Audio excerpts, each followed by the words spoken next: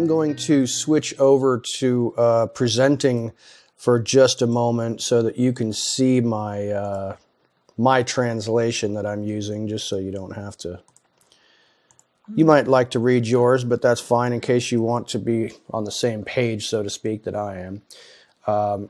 So I'll go ahead and read chapter 5, and I am reading from the New American Standard, just if you're wondering. So here's what it says. Now, it came about when all the kings of the Amorites who were beyond the Jordan to the west, and all the kings of the Canaanites who were by the sea, heard how Jehovah had dried up the waters of the Jordan before the sons of Israel until they had crossed, that their hearts melted, and there was no spirit in them any longer because of the sons of Israel. At that time, Jehovah said to Joshua, "Make for yourself flint knives, and circumcise again the sons of Israel the second time." So Joshua made himself flint knives, and circumcised the sons of Israel at Gibeath Ha'aralot. This is the reason why Joshua circumcised them. All the people who came out of Egypt, who were males, all the men of war, died in the wilderness along the way after they came out of Egypt. For all the people who came out were circumcised, but all the people who were born in the wilderness along the way as they came out of Egypt had not been circumcised. For the sons of Israel walked 40 years in the wilderness until all the nation, that is, the men of war who came out of Egypt, perished because they did not listen to the voice of Adonai, to whom Adonai had sworn that he would not let them see the land which Adonai had sworn to their fathers to give us, a land flowing with milk and honey. Their children whom he raised up in their place Joshua circumcised, for they were uncircumcised, because they had not circumcised them along the way. Now, when they had finished circumcising all the nation, they remained in their places in the camp until they were healed.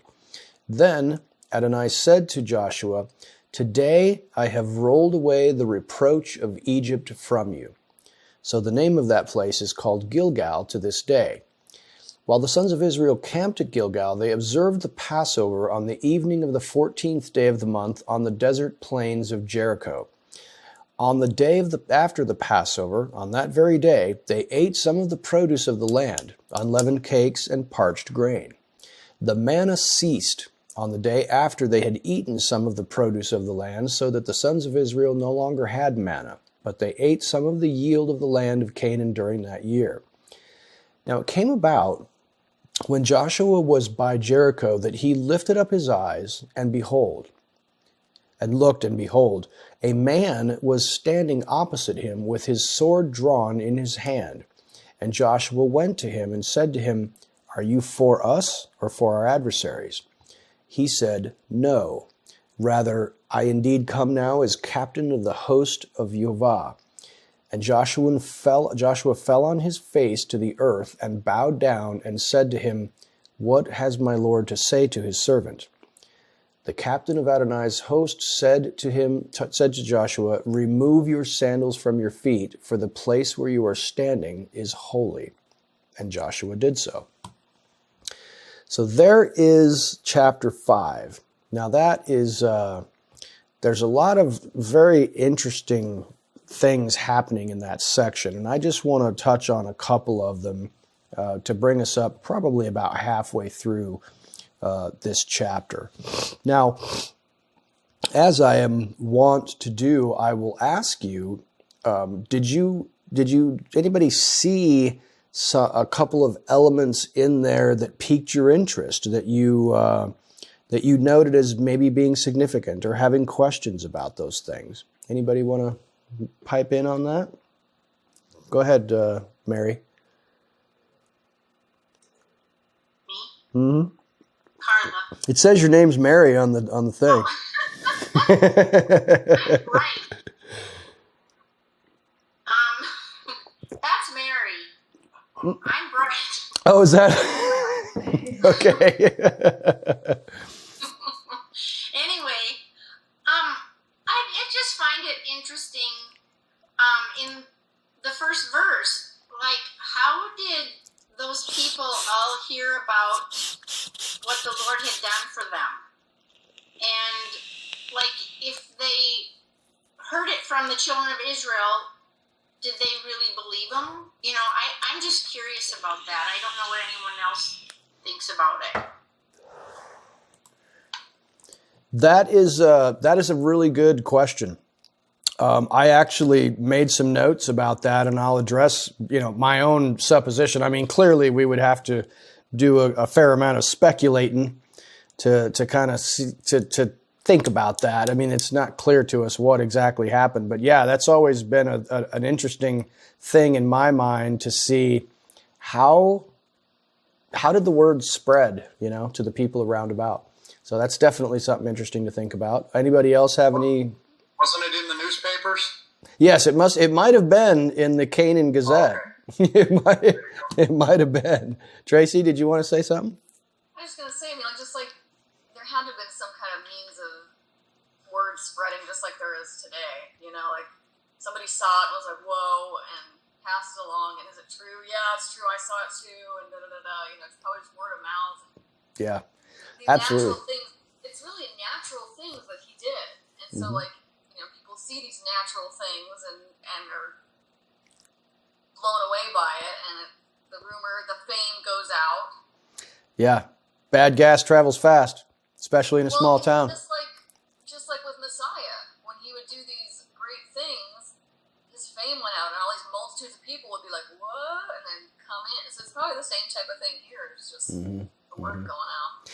Yeah, and they've had 40 years of time, since what happened in Egypt as they left Egypt. So, but now we have and I'm fairly confident that, if you're a very large group of people wandering out in the middle of nowhere where everyone in that area knows there's no food and there's no water out there, how are these people surviving? I mean, that had to have been quite the conundrum for people in the neighborhood to think about.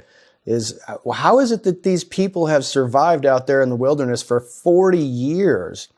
And they didn't exactly multiply. They replenished themselves after all of the men of war dying. I think that when they took another census, they hadn't really lost much at the end of that. So I'm fairly confident that a lot of people were saying, how do these people survive out there? That's just insane. There's no food. There's no water. What are they doing? So that, that's just self-evident. But then, of course, you've got the stories of the sea being crossed, but that was 40 years ago. And I'm fairly confident that whatever was happening at Mount Sinai was either visible from a long ways away, or some people who were roundabout in that area saw some things. I mean, that's pretty close to the land of Midian. So I'm assuming that some people saw some things. And according to, if you've studied any rabbinic tradition at all, that the whole world, according to rabbinic tradition, was made aware of something happening at Mount Sinai whenever it went down. So, that's questionable, but it's certainly, according to their tradition, is very widely known. Keith?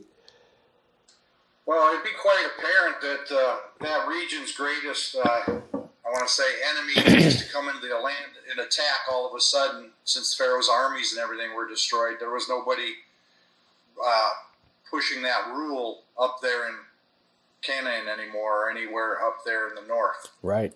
They used to come through regularly and demand things and taxes and whatever they were doing. Yeah, absolutely. That's a good insight.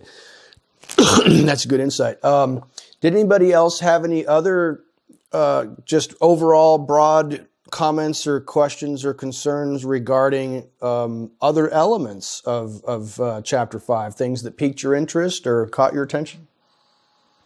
The circumcision, just because I know that has significant meaning. Otherwise, it's kind of weird that they didn't. And it's not because obviously they weren't capable, because he's doing it now. So right. Why were they forced to wait or not allowed?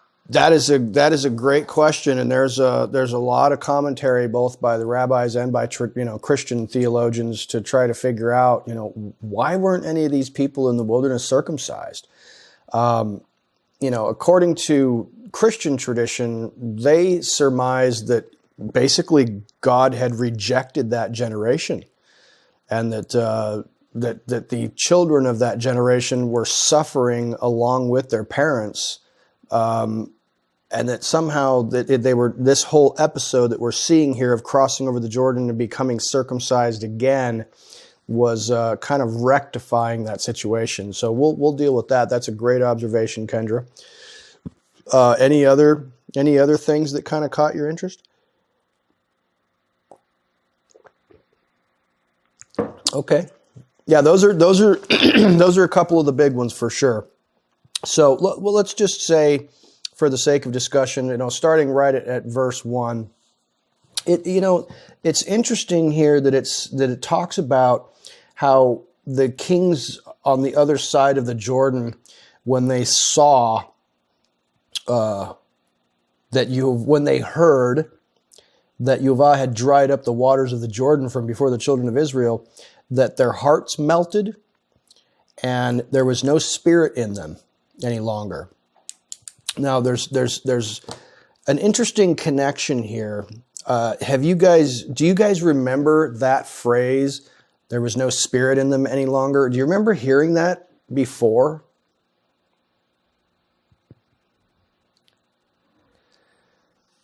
That same phrase was used when God told Moses to go to Egypt and deliver his people. And Moses shows up and starts talking to Pharaoh, and nothing happens. And the people get really empty of spirit, is what the text says. It's the same phrase. Because, and then in the very beginning, at the very end of that chapter in Exodus, or the beginning of the next one, I don't remember which one it is, Moses says, God, what are you doing? You sent me here to do this, and you haven't done anything. It's just that the Egyptians are hating us, and all the people are about to rise up, and you've not done anything that you said. And God interrupted and said, behold, now you will see. That same phrase is used there, but it's used of the children of Israel having shortness of spirit or lack of spirit, no spirit left in them because of their oppression. Now here, that phrase is being used in regard to the Canaanites having no spirit left in them, then added with their hearts melting. Now, what's interesting to me is that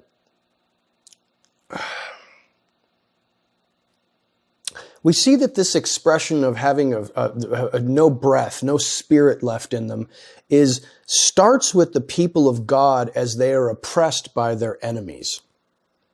And they live under oppression, and they have shortness of spirit because they are not feeling it. They're not feeling God's salvation. And Tracy, I will try to find that for you.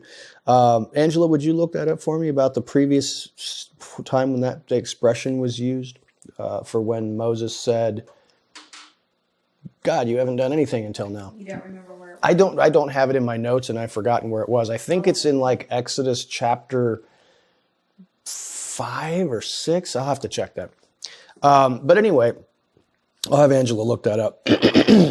So what I'm seeing here is that this fear and trepidation and being trampled underfoot, so to speak, causes the Israelites to have no spirit, to have shortness of spirit. But then God begins to move and begins to actually step in to the flow of history, to interact with humanity and to rescue his people. And they begin to jubilate and feel exultant as they see their salvation. But then the enemies of God begin to experience fear and their hearts melting and having no spirit.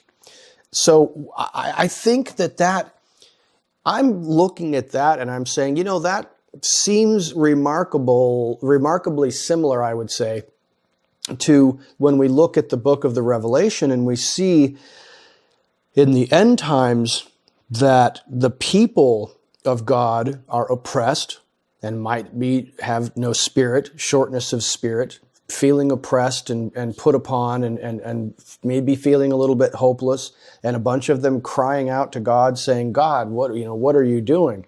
Is it Exodus 6:9, Keith? Thank you. Is it anguish of spirit? Anguish of spirit is shortness of spirit. Yeah, that it means that. Lo ruach is the... It's not used in Joshua. Yeah, so in Joshua it says lo ruach.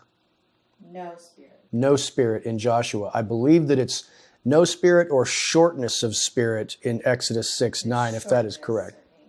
Okay, anguish of spirit or shortness of spirit. So... And it's right after he tells them that he's going to take them into the land.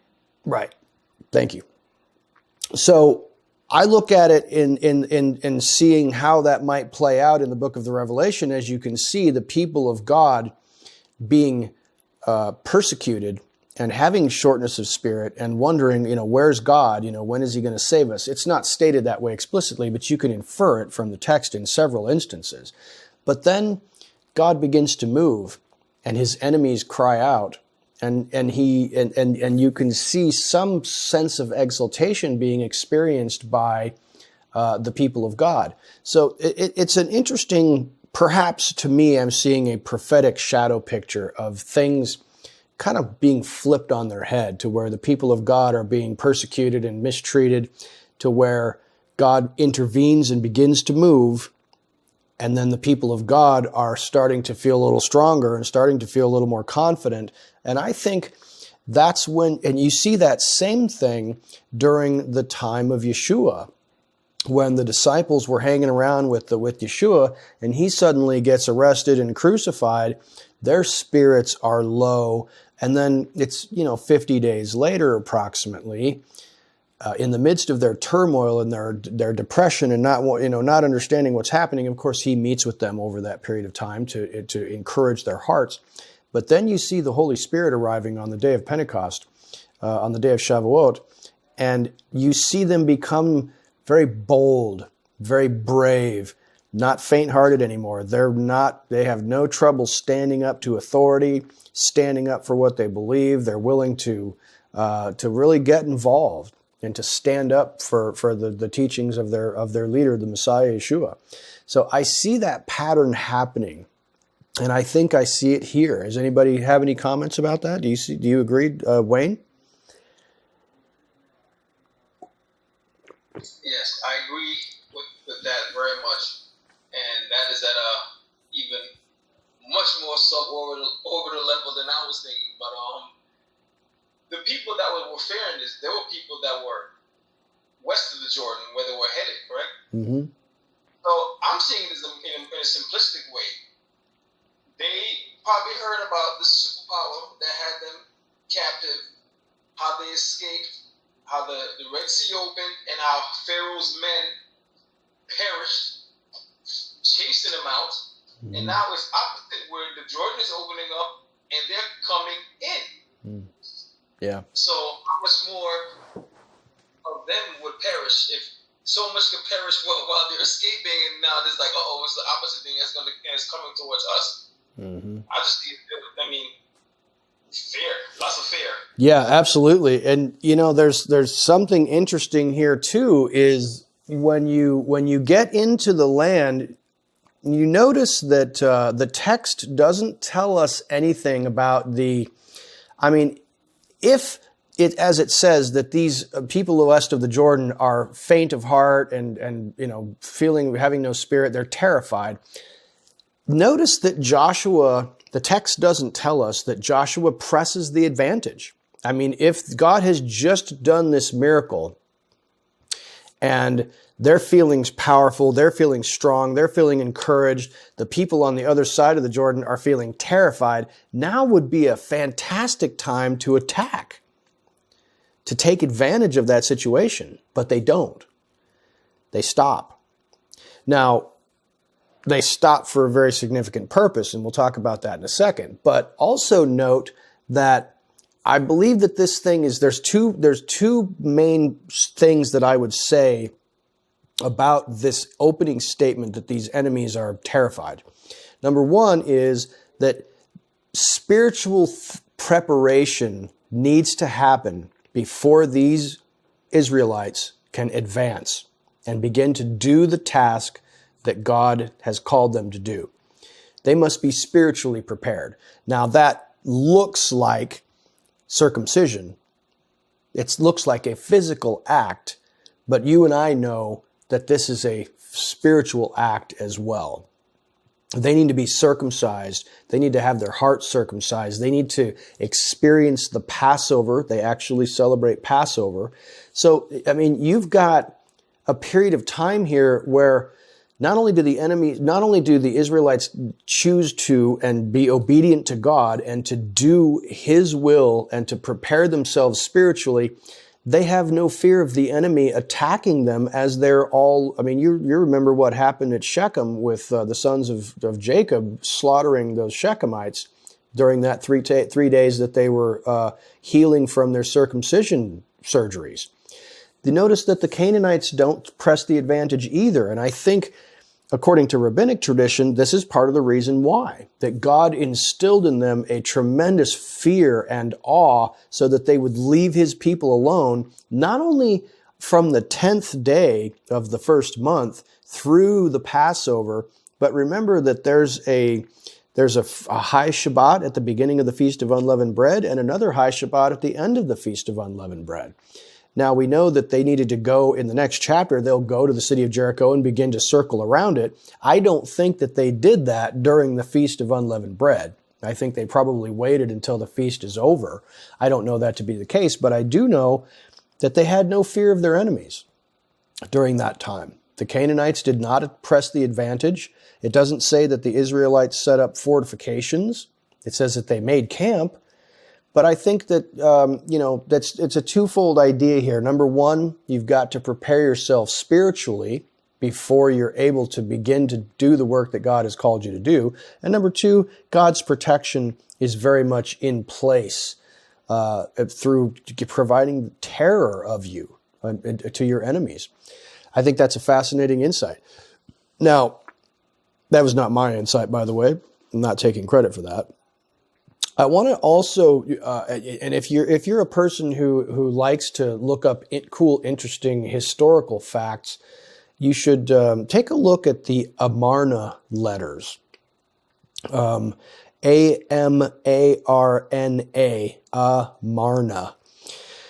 These are a series of clay tablets that have cuneiform, the wedge-shaped letters, pushed into them. And they're only, 3-4 inches wide. Some of them are, 4 inches tall or 6 inches tall. Some of them are 9 inches tall. But they're actually letters of communication between these minor kingdoms in Canaan and the leadership that was their sovereign in Egypt. These letters, many of them were written during this same period of time. And something interesting that I landed on was that some of these letters are actually from Canaanite kings of these city-states in the land of Canaan, sending telegrams, sending notes over to the king of Egypt saying, this people, and historians are not certain who this people is that is being referenced because they use some weird name for this people, we're being threatened and we need you to help us. But no answer comes.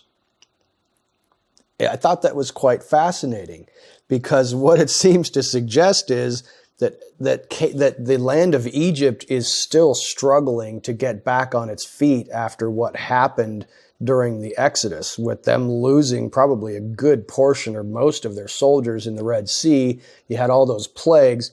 You had Pharaoh's son dying.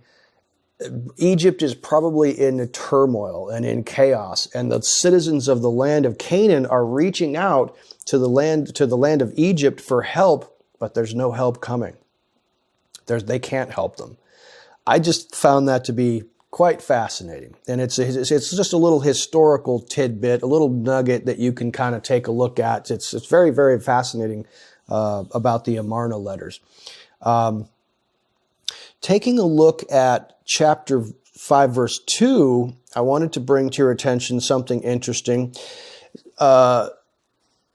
historians have noted that during this time period, and they roughly estimate this to be approximately 1300 BC, we're well into the Bronze Age, and pretty decent amount of ways into the Iron Age. So these peoples at this time, for at least a couple of hundred years, have been making bronze implements of metal, blades, swords, shields, all kinds of implements of bronze. And for approximately the last 50 to 60 years, according to the timeline, the chronology, they've been able to make iron weapons as well. So the question arises, why did God tell Joshua to make flint or stone knives? That's pretty antiquated at this time period in history. It would have been quite unusual to be using flint knives in the Iron Age. It would have been quite weird. Now, some people have said, well, when you take a piece of flint and you're chipping off the edge, you find a piece of flint with a sharp edge on it, and you can chisel it away to make it even sharper. Well, you're revealing a pretty pristine surgical instrument. I mean, bacteria is not going to grow inside of a rock, so you are certainly going to have a very sharp and very sterile instrument. And on a practical level, I'm sure that that's fairly true. But I think what's also interesting is the comment that we have in the Torah about not shaping stones with metal implements, compared with this statement by Peter in the New Testament that you are living stones. It made me think of the idea that it would have been inappropriate to circumcise the sons of Israel with metal implements, as they are living stones, and you're not supposed to use a piece of metal on a rock, a stone that is used for holy purposes. Tracy? What's interesting about that too is, at least in my mind, I associate these metal instruments like bronze and stuff with the enemy, because they were the ones that initiated these weapons and started making them. Mm-hmm. But this word that for stone I hadn't realized till you just brought it up is the same word. This rock, this flint, is the same word for the water that came out of the rock, which is Messiah. And he's the one that circumcises our hearts. Yeah. So there's probably there's definitely a connection there as to why that's chosen. I think so too, and I think that's a good point that you made, because when you go down a little bit further in verse 7, it actually uses, and I'm not an expert on this by any stretch, but if those of you who are pretty good at Hebrew might take a look at this, because it actually seems to suggest that Joshua himself was the one who was circumcising these people. The Hebrew forms that are used there actually suggest that Joshua did it himself, which is certainly, that can't be true. I mean, you're not going to have one guy circumcising that many people. But I think that, I personally think that text is used in that way because it's speaking spiritually, that in a sense, Joshua, as a prophetic shadow picture of the Messiah Yeshua, would actually circumcise the sons of Israel spiritually later. Bright? Thank you, Alan. Well, the thing that Tracy said, I had thought of too, that the term second time in verse 2 right. makes the circumcision of the heart all over that. So it's like they're already at the physical, the forefathers did, and now here they come, and it's the new one, the circumcision of your heart, and how appropriate that, even if it logistically didn't happen with Joshua doing it all, Yehoshua HaMashiach does that to our hearts. Mm-hmm. So I think it fits beautifully. Yeah, absolutely. Absolutely. So that's very, very good insights. It's certainly interesting about the stone knives and being circumcised again. Now, if you look at verses 5 through 7, you notice a couple of interesting things. And I would say, and I just want to touch on this briefly, and that is, I briefly mentioned this 2 weeks ago when we were together, that these two different words were used to refer to the sons of Israel during this time in this section here, verses 5 through 7. It actually sometimes uses the word am, A-M, and sometimes uses the word goy, which is, as I mentioned previously, slightly unusual. And I'm not going to go into a bunch of detail about that because, frankly, I would just be speculating and hypothesizing. And I actually spoke with Marie about this earlier today, and she kind of picked up on that from when we were together last and discussing it, and put together some thoughts and some ideas that I think were very interesting. And she's going to send me a document that I'm going to send out to you probably later this weekend, so that you can kind of take a look at some of her thoughts. And I think they're fascinating about why the text uses the word am, which is people, which is the word that is generally speaking used about when referring to the people of Israel, compared with why they're in the sense that they are used the word goy in verse 6, I believe it is, that these people, the men of war who had perished, it refers to them as goy, which that's where we get the word goyim, which is where we get the word from Gentiles. That the text seems to be suggesting that a certain segment of this society of Israel but they are being labeled as Gentiles.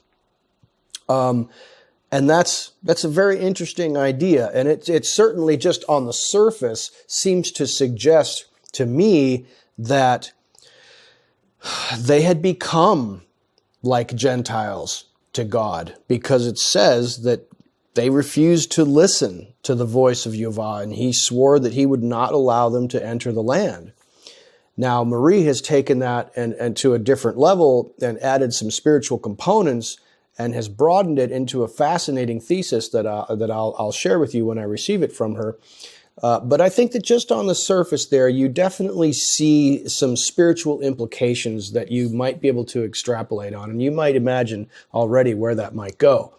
But I also want to point out that, like, for example, in verse 7, oops, I'm sorry. No, I'm going to jump forward just a little bit to verse 9, because it talks about two things between verses 5 and 7 and 9. Number one is, we mentioned, Kendra brought this up earlier, and that is, why does it talk about, circumcising them a second time? Why does it say that they were not circumcised? The text literally seems to suggest that Joshua had circumcised them before they left Egypt. Now, we don't know exactly how that happened. The text doesn't really give us much information. You have to assume, although the text doesn't say so at all, that there's some type of a mass circumcision ceremony that happens when the children of Israel leave Egypt. We do get some information, but I don't believe, and I'm trying to pull this into my mind, I don't remember that when we got the instructions from God about how to observe the Passover, I don't think he said anything about circumcision at that time. Tracy? That's what I was going to ask. I'm like, wasn't there something about you cannot eat of this Passover unless you're circumcised? Right, but I don't know whether he said that right before the actual Exodus during that Passover, or when he was giving them the instructions to say, here's how you'll commemorate it in the future. I know that at that time, when he was giving them instructions about how to commemorate the event, he said, no one may eat of the Passover if they are not circumcised. But I don't know that that was actually included in the original instructions when they were leaving Egypt. Why do we assume that they weren't just circumcising all their babies? Angela asked a very pertinent question. Why do we assume that they were not circumcising their children in the land of Egypt to begin with? I mean, it is a tradition that was inherited from Abraham. I mean, Abraham circumcised himself and his sons. And I, There's a speculation as to why Pharaoh's daughter knew that Moses was a Hebrew. right. So I have to assume, but this text literally seems to suggest that there was some type of a circumcision that took place in Egypt. It definitely does. Did you see that? Well, remember, circumcision means removing the blockage. Yeah, I know that. Nothing physical. Okay, so yeah, Carla has pointed out that is Exodus 12 is where we get the Exodus 12:48 is where we get the details regarding. Does that say, Carla, that is that the instructions that indicate afterwards how we're going to commemorate it and that nobody can eat it who isn't circumcised? Or is that the instructions for when the actual Exodus was taking place? I think that's actually when the Exodus was actually taking place, wasn't it? Tracy, go ahead. Okay, well, Mike was just pointing out verse 5 that says all the people who had come out of Egypt were circumcised, were born in the wilderness in the way when they came out of Egypt had not been circumcised. So it sounds like they were. And this stick with the patterns that I'm seeing here too is that before Moses could go in, either him or his son or whatever had to be circumcised before he could go bring them out of Egypt. Right. And then we get the ordinance for the Passover. That you must be circumcised to eat of this Passover. And then again, they're observing Passover here, so there's that connection there. Right. And then now Israel has to be circumcised before they go into the land. So, and then Moses had that revelation from the burning bush, which is the voice of Yahweh. It says, "Take off your shoes, this is holy ground." Before he goes into Egypt to bring his people out. And now Joshua's having the same revelation here. Right. At the end of it, before they go in to take the land. Right. So there's definitely a pattern happening here. Absolutely, I agree. Were you going to say something, Carla? I was just still looking. I know just before that, in verse 29 is the death of the firstborn. Okay. Like, so it's all into that area. Right. So, okay, so that's definitely going to be talking about how to commemorate and memorialize the event after the fact. And I assume that the instructions for it says nobody can eat of this who isn't circumcised is happening there.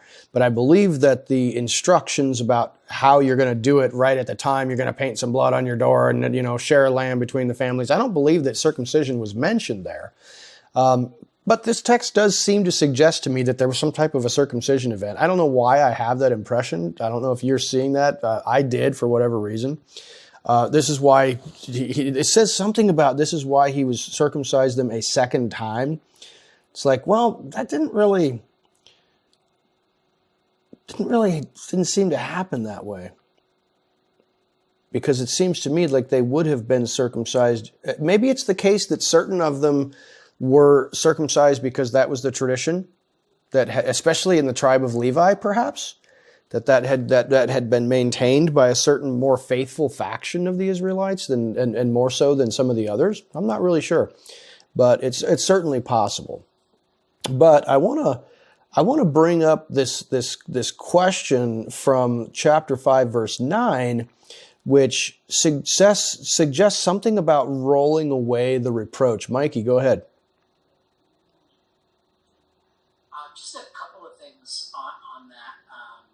The first one I wanted to point out was when he says, and circumcise the sons of Israel again.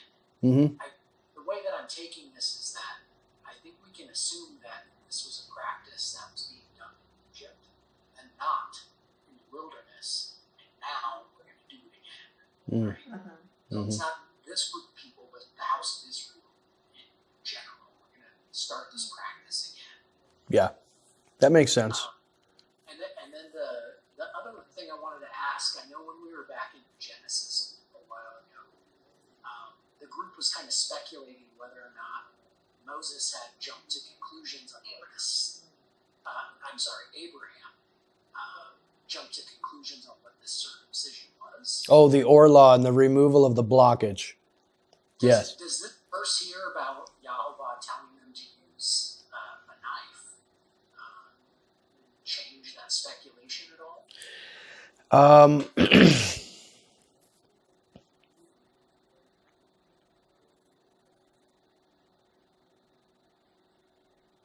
Well, it doesn't necessarily for me, because Abraham interpreted it that way. I would assume that was handed down as a tradition, kind of like frankly, this I think is one of those times when you look at the traditions of the Jews. I mean, this is how they have chosen to interpret this scripture. This is the halakha of Abraham. I mean, this is the oral Torah.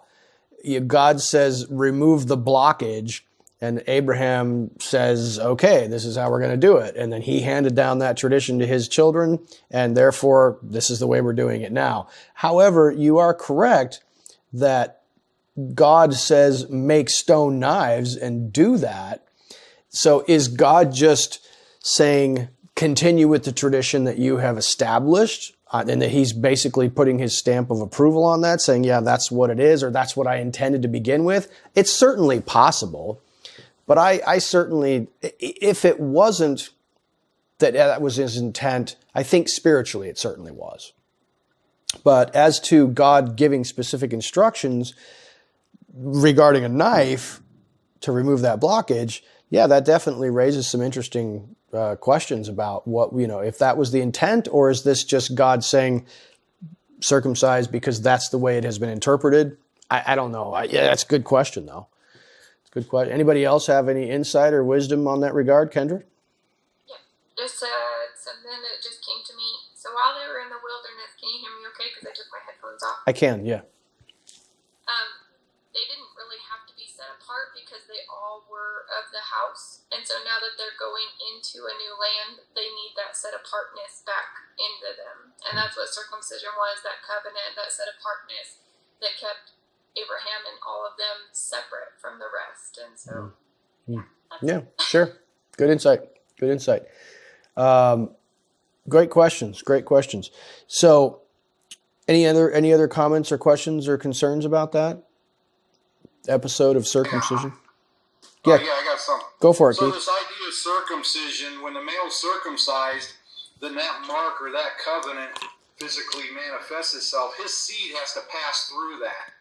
And then if it's a male child, then he will have to be circumcised to do the same thing. So I always looked at that visual picture too.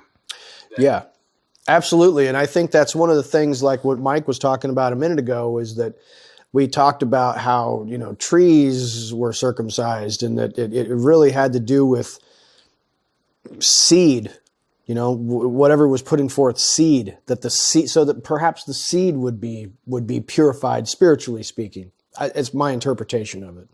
So that's certainly an interesting insight. Tracy? Well, the purpose in the size parable, John 15, of pruning was so that you could bear more fruit. Right. So yeah, that could be, can apply that here with circumcision. Yeah, absolutely. I think that's a great insight. Pruning for more fruit bearing. Now, what does that mean on a practical level? I ain't touching that with a 10-foot pole. But spiritually speaking, it's an interesting concept. What's that, Angela? So she's shaking her head over there. Sorry. Verse 9, I want you to take a look at verse 9 with me. What does it mean when it says that Yehovah has rolled away the reproach of Egypt? What is this reproach that is being mentioned here?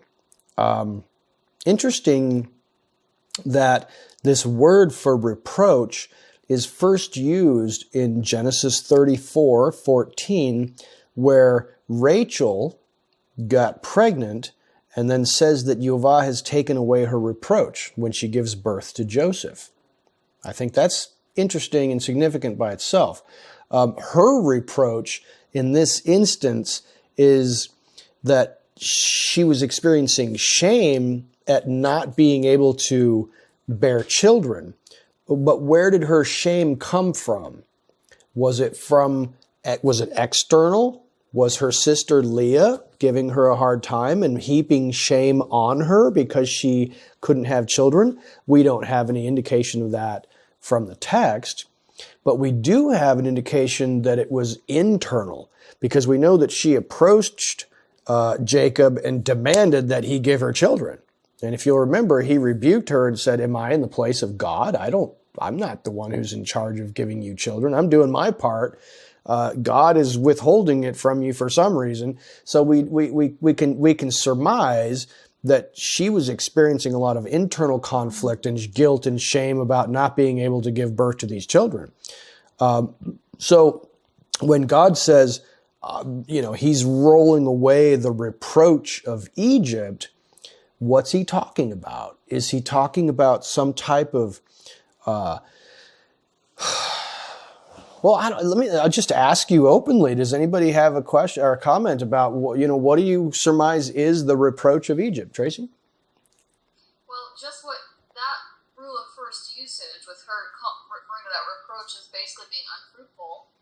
Mm-hmm. That we're about to talk about the circumcision in order to help you to bear more fruit, and that they were not being fruitful in Egypt because they were acting as the Egyptians. They were among the Egyptians. They were doing the things the Egyptians did. Mm. And when you look at this word in other places, like David writes in Psalm 119, turn away my reproach, which I fear, for thy judgments are good. So I think that it's kind of like this idea of sin, maybe, or unfruitful. How often does Yahweh and Messiah talk about being unfruitful? What happens to an unfruitful disciple, an unfruitful tree? Mm-hmm. And that he's taking that away from us, just like Messiah took away our unfruitfulness, our sin on the cross, that we could go and bear fruit. Yep. Good insight. Very good insight. Go ahead, Marie.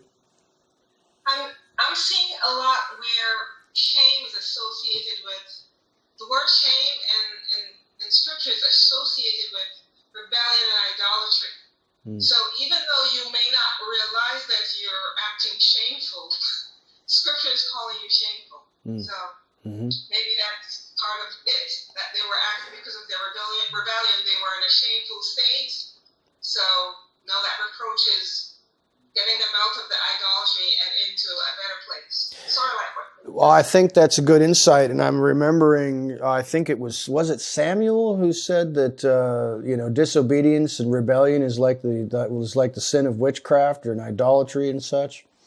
I think that might be that they're feeling their own shame, from and now is the shame on the sons? They're bearing the reproach of their fathers. And I think that's an interesting thing, an interesting idea to keep in mind itself, is that their parents, their men, their dads, okay, we don't know about their moms necessarily, but their fathers, the fighting men who were told you're going to die in the wilderness, they were under judgment. They were not allowed to enter the land because they refused to listen to the voice of Yahweh. And now these children are suffering because of the sins of their parents. These children are suffering because of the sins of their parents, and they are under reproach. There's also the idea that if you remember the Egyptians, I did not pull out a quote for this. I should have. I apologize. It's used by the Egyptians. The Egyptians said when they left Egypt, behold, Yahweh has brought them into the wilderness in order to kill them, and because he was not able to bring them in. The Egyptians speculated, I think it might have been when the Egyptians kind of surmised that they were trapped in the wilderness, and then they changed their mind and just said, why did we let them go? And then they sent the army after them. I think that's when that statement was made, and you can look into that. But I think both ideas have some merit and some validity in that shame, that reproach of Egypt might come from there, but I think I like the idea more that it is a kind of a spiritual reproach that is attached to them because of their disobedience. But in what sense then would that be the reproach of Egypt? that would be the reproach of Egypt, because maybe, as somebody mentioned a moment ago, that Tracy, I think it was, that Egypt had infected them. And that it was that infection of Egypt which caused their fathers to not be able to hear and listen to the voice of Yehovah. Go ahead, Carla. Well, and I'm kind of thinking that it almost reminds me of like a taunting your memories of being there, because they were always going, oh, if only we would go back and we could have the melons and we could have whatever. Yeah. And it was always like brought with them and needed to cut that off and be done with that mindset, because it wasn't like that. Right. So this generation always heard that, you know. Right. No, that's a good insight. And I think, going back to what you just said a second ago, notice this idea of food that is brought forward in all of these stories.